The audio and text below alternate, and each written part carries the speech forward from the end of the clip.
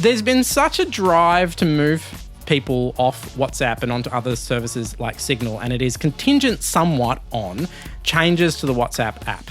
Well, to explore that, we have Natasha Gillizo from the Australian Financial Review, and we have Josh Taylor from The Guardian. All right. And if you keep saying WhatsApp app 10 times fast, I'm pretty sure Zuckerberg magically appears. So what exactly are the changes that are coming through, Natasha?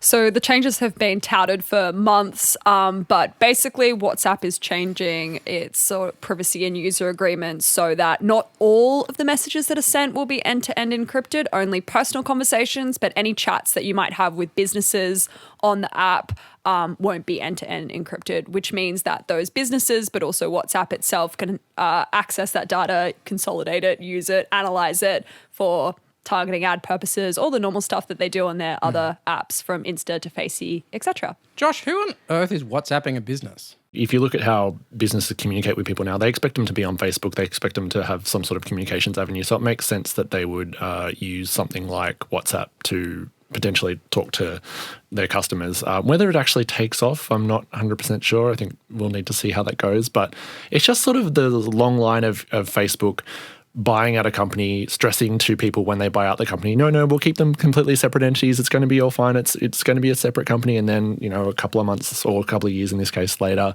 saying, well, actually, we're going to start sharing data with Facebook and things like that. So I think it feeds into the relatively high anti-Facebook public sentiment at the moment, in particular around a lot of the antitrust issues in the United States in terms of just the size of Facebook and Google and things like that. So I think a lot of the concern about what Facebook is doing with WhatsApp sort of feeds into that a lot.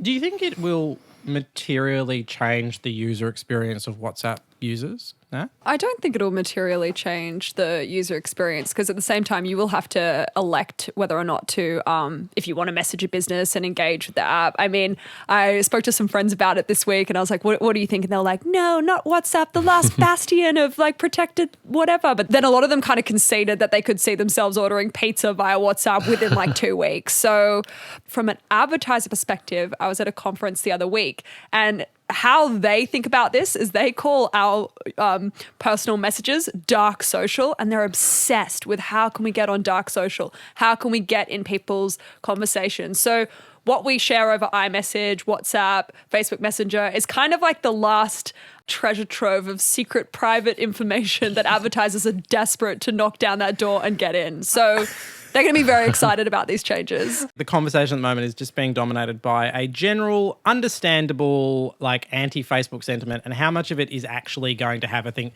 a material impact on people's privacy moving forward, Josh, do you think? Well, I know so many people who've quit Facebook but keep Messenger, for example, because they need that connection to all their friends and things like that. So when you're in the ecosystem, it's really hard to quit it. And I think that, Facebook might be a little bit concerned. They've done a lot of marketing around the changes to WhatsApp, but I think in the long run, I don't think it'll have a huge impact. I think that they haven't been too worried about material impacts, but also they've got a few shots left to fire against other companies, against other messaging apps, like with this back and forth with Telegram on Twitter last week demonstrates. So they're like, we know how you work, and if you want to talk about what you can and can't do for your users, we'll share that with the public.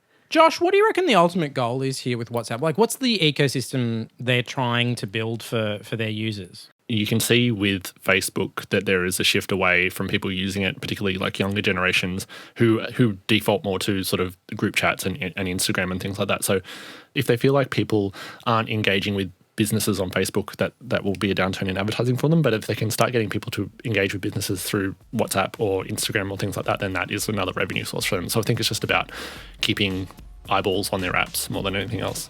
There is lots more of this in the podcast of Download This Show. You can find it wherever you get your podcasts. Thanks so much.